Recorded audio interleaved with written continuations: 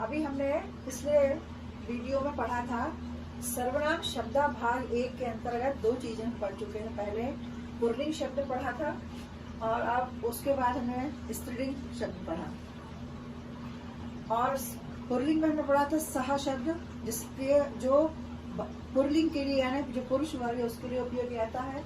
और स्त्रीलिंग यानी सा पढ़ा था, जिसके अंदर हमने जो लड़कियों के लिए उपयोग किया जाता है फीमेल के लिए। तो हमने इसका फिर से रिवीजन कर रही हूँ मैं आपके लिए।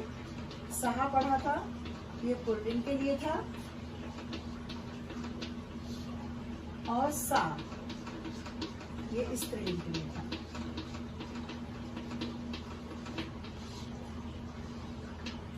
अब हम ये तो हम पहले पढ़ चुके हैं, पिछले उस वीडियो में पढ़ लिया है। अब आज हम पढ़ रहे हैं नपुंसकलिंग। नपुंसकलिंग वे चीजें जो स्वयं जीवित नहीं है, स्वयं अपने आप नहीं चल सकती हैं। जब तक हमें उनके लिए चलाएंगे नहीं, उनको यहाँ से यहाँ उठाकर नहीं रखेंगे, निर्जीव वस्तुएं वो नपुंसकलिंग वो कहलाती हैं। अब हम यहाँ पर पढ़ेंगे प्रथम पुरुषः, उनके लिए क्या शब्द का उपयोग किया जाता है, और फिर उसके बाद हम उनके वाक्य भी बनाएंगे। तो अब हम अपना शुरू करते हैं। तत्, तत् माने वह, ये प्रथम पुरुष है। प्रथम पुरुष को हम पहले भी बोल चुके हैं कि यह अन्य पुरुष भी कहलाता है।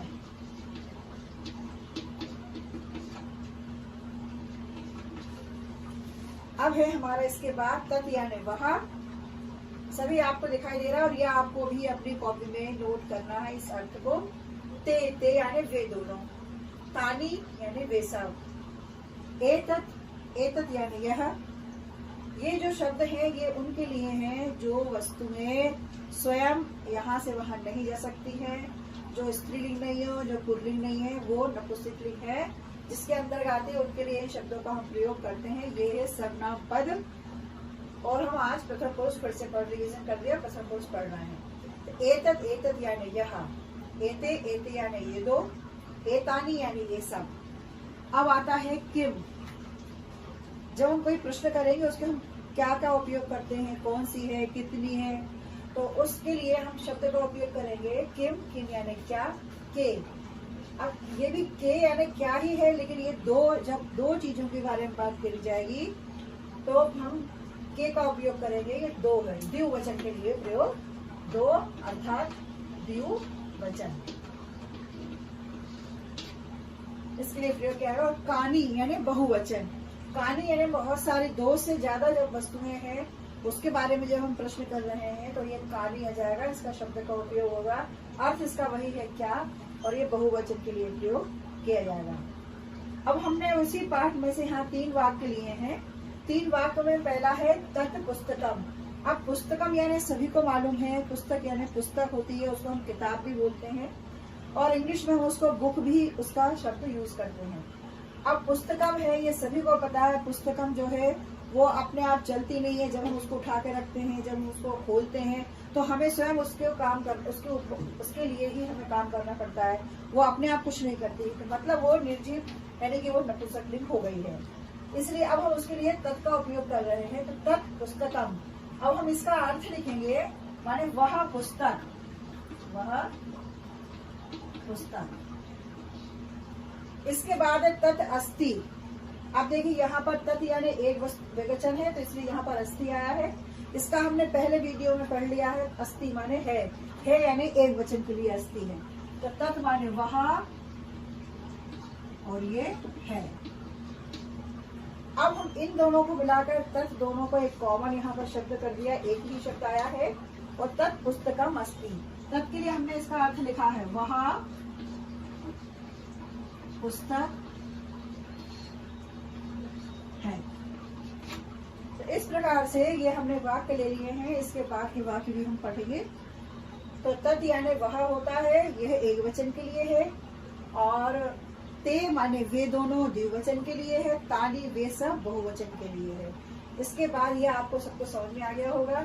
एक बार फिर रिवीजन करते हैं। सहा आएगा पुल्लिंग के लिए, सा स्त्रीलिंग के लिए, और नपुंसकलिंग के लिए हमने तत् पढ़ा है जो निर्जीव वस्तु के लिए होता है। अब आगे हम इस पाठ में इसका अनुवाद हम लिखेंगे और इसके प्रश्नोत्तरों को हम करेंगे। तो अभी हमने पढ़ा कि नपुंसकलिंग के लिए किन किन शब्दों का उपयोग किया जाता है। किम यानी क्या, के, कानी।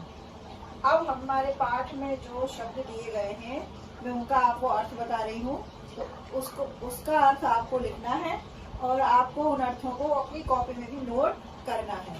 तो ये आपको सब बोर्ड पे साफ दिख रहा है। अब मैं आपको शब्द बता रही हूँ और आपको उसके अर्थ भी देखकर लिखना है।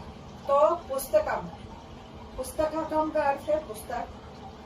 व्यंजनम, ये तो सभी लोगों ने देखा है, पंखा। आजकल गर्मियां हैं तो सभी लोग इसका उपयोग ज्यादा कर रहे हैं घरों में। फलम, फलम यानी फल, जो सभी हम लोग खाते हैं, और फल भी बहुत प्रकार के होते हैं ना।